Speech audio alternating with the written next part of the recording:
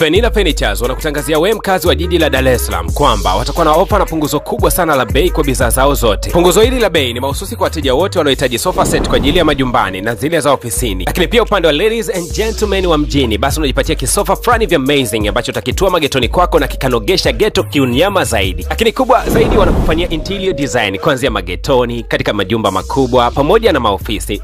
Bwana unangoja nini? Tutembelee sasa Fenina Furnitures kwa ubora wa kazi yako. Na wanakwambia kwamba delivery ni free kwa wakazi wote wa jiji la Dar es Salaam. Watafute sasa kupitia nambari za simu za 0775026557. Karibu katika episode ya 8 ya recap yetu. Kama bado hujitazama sehemu ya 7, basi hakikisha unagusa ile pop up inayotokeza juu kabisa upande wa kulia mwa screen mwako ili tuweze kwenda pamoja. Na kama bado hujagusa alama ya kusubscribe, fanya hivyo ili tuweze kwenda sawa. Bidada Songi akiwa na bidada Gauni katika maeneo ya uwanja wa michezo. Kwa bahati mbaya sana bidada Gauni aliweza kushuhudia mizimu katika kamera yake, lakini bidada alikuwa hawezi kuiona kwa macho yake. Mwisho wa siku alipokuwa akitazama ile kamera aligundua kwamba mizimu mingi ilikuwa imezingira katika maeneo haya. Bidada Songi akaenda kumpasha mamake habari kwamba ameweza kushuhudia mizimu ambayo ilikuwa haina sura. Mamake akamwambia kwamba mizimu ambayo haina sura siku zote hainaga madhara, lakini inapokuwa katika idadi kubwa, unajua kuna mmoja kati ya mizimu ambayo haina sura inataka kuchukua sura ya mtu ambaye atakwenda kufa hivi karibuni. Na moja kwa moja bidada anajua kwamba mtu ambaye anategemewa kufa hivi karibuni hakuna mwingine zaidi ya Mwamba Janghu. Kwa hiyo inabidi aongeze ulinzi sana. Ikabidi wafanye haraka sana kwenda kuvamia katika ile jumba la mizimu. Na siku ya leo walikutana na mizimu mingi sana. Kwa sababu mizimu hii ilikuwa haina sura, ikabidi kuishambulia kwa haraka sana na waliweza kwa hatua za mwanzoni kabisa. Jambo la mwisho walikuwa wanapaswa kulifanya ili kuweza kufungia ule mzimu mkuu katika jumba hili na usiweze kabisa kutoka, kwa sababu katika mapigano nao wameonekana kuweza kushindwa. Ikabidi kuweza kufungia mle ndani. Lakini kitu cha kufanya ni lazima mmoja atie agano la damu. Mama yake akawa amefanya hivyo kwa kujikata msalaba katika eneo lake la mkono kisha akaweka agano la damu. Lakini akamwambia mwanae kwamba endapo nikafa katika shughuli yangu hii, basi nakusihi kwamba utalisi shughuli zangu na kuziendeleza vizuri, lakini kubwa zaidi ni kwamba nakuamini katika shughuli hizi uweze kuniangusha. Upande wa pili, Mwamba Jiho yuko busy sana, kila wakati yuko na Mwamba Janghu na kila sehemu anashinda naye, na siku ya leo mpaka alilala nyumbani kwa jamaa. Janghu akajaribu kufikiria ni kwa nini jamaa ananifanyia haya yote, akagundua kwamba lazima bidada Songi ndiye ameweza kumwagiza na haya anayafanya kutokana na bidada alichoweza kumuelekeza. Lakini poa tu, akaendelea kukaa na jamaa. Sasa siku ya leo Mwamba Janghu alikuwa ameyakoroga sana, kwani alikwenda kwa baba yake mzazi, lakini kwa bahati mbaya kumbuka kwamba baba yake ampendagi sana huyu dogo. Akaanza kumpiga na kumshambulia. Mwamba kazidi kuanza kukimbia. Sasa katika harakati zake za kuendelea kukimbia akajikuta anaingia mpaka katika ile nyumba ya mizimu pasipo kujua. Na ukumbuke ndani ya jumba hili kuna mzimu hatari sana, ambapo mara unapoingia tu basi unakuvaa na kukondoa kabisa ulimwenguni. Na hapa walikuwa wamefunga kwa sababu hawa walishindwa kabisa kupambana na huu mzimu. Baba mtu alipokuwa mlangoni hapa katika jumba hili la mizimu akawa amesita kuingia kwa sababu kuna maandishi ya kwamba usiingie ndani, kuna mzimu hatari. Alipogundua kwamba mwanae amejipeleka mwenyewe katika mzimu, basi ndio akawa amemwacha na kuondoka katika eneo hili. Yani kuna wazee wengine utafikiri hawajatuzaa bana. Hasa naye Mwamba pasipo hata kujua mule ndani huwa kuna kuaga na pete fulani ambao ukiishika tu basi nakuletea madhara. Kweli kabisa akawa ameokota ile pete, lakini alipoweza kuishika tu ule mzimu ukawa umeweza kuingia ndani ya mwili wa Mwamba Janghu. Huko shuleni bidada Yangso akaanza kuona ishara ya kwamba yule mbwa aliyekuwa anapenda sana kukaa jirani na Mwamba Janghu, huyu mbwa alikuwa akipiga makelele sana, ishara ya kwamba jamaa alikuwa katika hatari. Moja kwa moja ikabidi kuelekea katika ile jumba la mizimu. Na haka kambwa akaendelea kubweka kwamba bosi wangu yuko humo ndani, bosi wangu yuko humo ndani. Bidada akabidi kufungua mlango. Alipoingia tu ndani tayari Mwamba alikuwa ameshavamiwa na ile mizimu. Ilipoweza kumuona tu bidada basi ilikuwa imefurahi sana. Sharti la mzimu lilikuwa moja tu. Mzimu ukasema kuwa hauna tamaa kabisa, ila unahitaji kitu kimoja tu, aidha afe Mwamba Janghu afe bidada Songi. Lakini Mwamba Janghu alipokuwa akizidi kumsogelea bidada akashangaa kuona kwamba bidada alikuwa na nguvu sana, kwa ikawa ni ngumu sana kuweza kumfanyia jambo lolote. Lakini pia huu mzimu ulipojaribu kutaka kumuua Mwamba Janghu ukashangaa kwamba Janghu alikuwa na ilizi ndani kama zote. Lakini mbaya zaidi ni kwamba mzimu huu ulikuwa unashindwa kumfanya kitu chochote bidada Songi kwa sababu siku ya jana ulikuwa unafanya tambiko pamoja na yeye. Sasa unashindwa kuelewa, je, huyu ni adui ama rafiki? Kwa sababu Soko alikuwa amemleta huyu bidada kuweza kumsaidia kufanya tambiko, kwa anahesabika kama na yeye pia ni sehemu ya hii mizimu. Mtu pekee ambaye anaweza kuharibu jambo lote atakuwa ni mwanamke ambaye anafahamika kama Soko, kwa sababu atakapofika katika eneo hili ataiambia mizimu kwamba yeye hana uhusiano kabisa na bidada Songi, na itakuwa ni hatari kwa bidada Songi, kwani anaweza kavamiwa na yeye mizimu na mwisho wa siku itakwenda kumuua. Kwa bidada Songi, kwa sababu naye anahesabika kama familia hawa mizimu, ikabidi kuiambia kwamba anahitaji mizimu iweze kutoka hapa ndani ya jumba. Kwa hiyo mizimu ikawa imetoka kutumia mwili wa Mwamba Janghu. Sasa wakati mizimu inaendelea kutoka, kumbe mama yake na bidada Songi alikuwa anakuja katika mitaa hii, akaweza kumuona Mwamba Janghu akiwa anakimbia huko anacheka cheka. Kama ameshtuka kwamba hii sio tabia kabisa huyu kijana Janghu, kwa sababu mara nyingi sana huyu jamaa yuko serious sana. Kama leo anakimbia huko anacheka cheka, lazima ule mzimu utakupo ndio umeweza kumvaa. Kwa hapa tuwe makini sana. Mwamba Janghu akiwa na ule mzimu ndani yake akaanza kukimbia moja kwa moja mpaka katika mitaa, huko akiwakuta wanafunzi wasumbufu shuleni akawa anatembezea makwenzi kama wote, na mwisho wa siku tabia yake ikawa imebadilika sana. Jamaa akawa amemchangamka yani vibaya mno. Hasa Jiho akiwa katika mitaa akaweza kushtukia kwamba tabia ya mwamba ilikuwa imechange sana. Ikabidi kuanza kumpigia bidada songi hii, lakini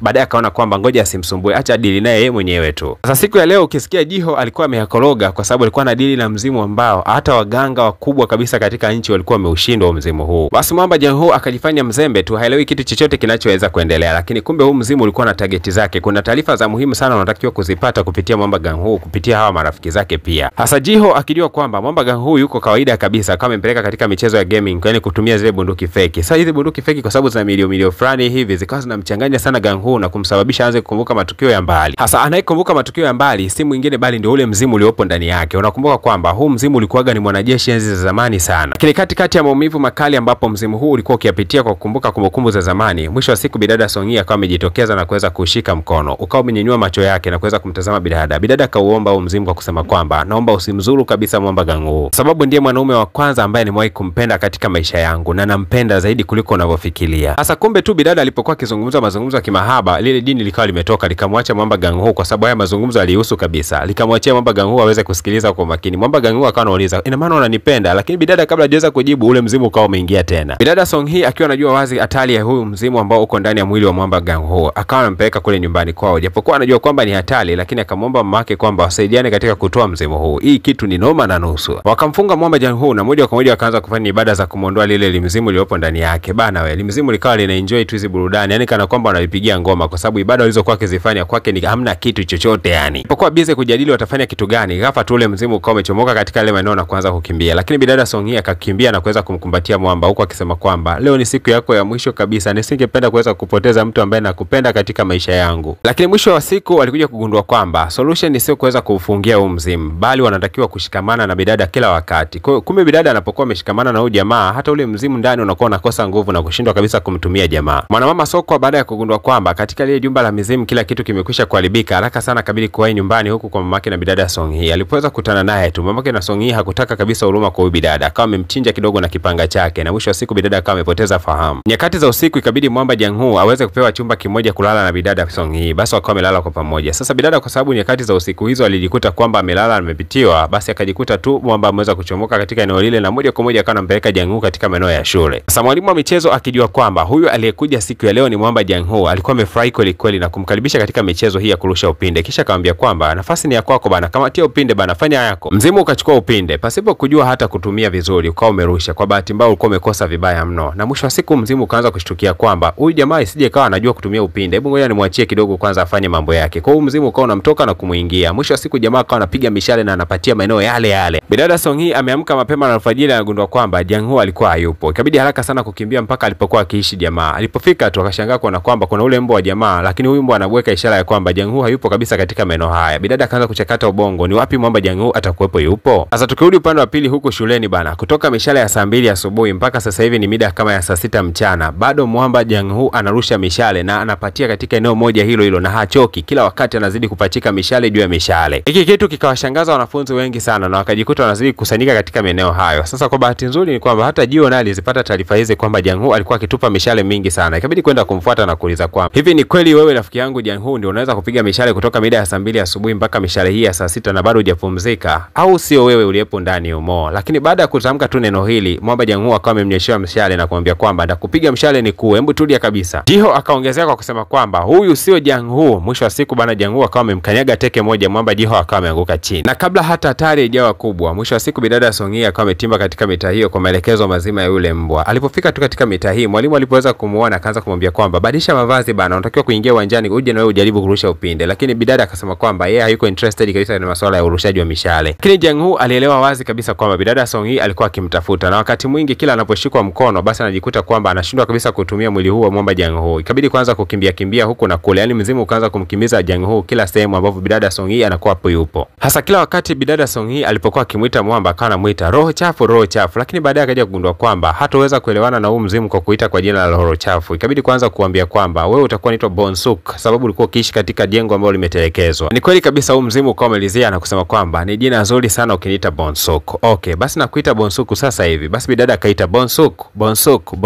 kama mara 3 hivi, na kwa bahati nzuri ni kwamba ule mzimu ulikuwa umetikia mara 3. Hasa bidada hakuita huu mzimu mara 3 kwa bahati mbaya, na hakuupa jina kwa bahati mbaya, bali aliupa jina kwa makusudi kabisa. Kadri ambavyo mganga wa kienyeji anamuita mzimu kwa jina mara 3 na ule mzimu ukiitika mara 3 means mzimu huo unakuwa chini ya huyo mtu aliyekuwa akiuita kwa mara 3 na ukaitika mara 3 zote kwa muda fulani. Kwa hiyo huu mzimu kuanzia sasa hivi ni kama ulikuwa umekosea njia, kwa sababu utatakiwa kutumikishwa na bidada kwa muda fulani hivi na kisha baadaye utachukua utawala wake wenyewe binafsi. Sasa bana, huu mzimu ulikuwa umekasirika sana baada ya kugundua kwamba bidada alikuwa ameuingiza cheo cha kike. Mwisho wa siku bana, mzimu ukaanza kutikwa kila kauli. Hasa kilichobakia kwa bidada ni kuhakikisha kwamba anautumia muda wake vizuri wakati huu mzimu unaweza kumtii, ili aweze kupeleka katika maeneo ya ibada na mwisho wa siku aweze kuombea huu mzimu uweze kutoka. Ila kwa bahati mbaya sana ni kwamba wakati anaendelea kumpigia mamake alikuwa yuko busy sana na Sokwa, kwani anataka kumtoa Sokwa ile laana aliyokuwa nayo. Licha ya yote aliyoweza kuyafanya Sokwa, lakini Sokwa ni mganga mzuri sana na anaamini mamake kwamba pindi atakapokuwa amemtibia Sokwa, basi Sokwa atarudi katika hali moja nzuri sana na kuweza kufanya mambo makubwa mazuri. Dada Song hii akagundua kwamba kwa wakati huu hana msaada kabisa, kwa sababu mamake yuko busy na kufanya maibada ambayo hayana umuhimu kwa wakati huu, lakini yeye anaendelea kupambania tu. Episode ya 9 tutakwenda kujibu nini ambacho kitakwenda kujeni. Kusikubaki na mimi ukiwa unagusa alama ya kusubscribe, kisha tu kama unagusa alama ya kulike mpaka tutakapofikisha like 100, basi episode ya mbele inakuwa imetoka.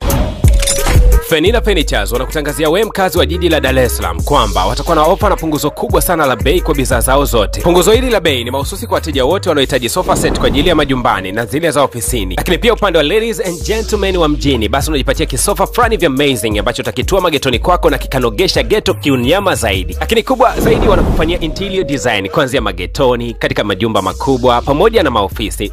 Bwana unangoja nini? Tutembelee sasa Fenina Furnitures kwa ubora wa kazi yako. Na wanakwambia kwamba delivery ni free kwa wakazi wote wa jiji la Dar es Salaam. Watafute sasa kupitia namba za simu za 0775 0265 57.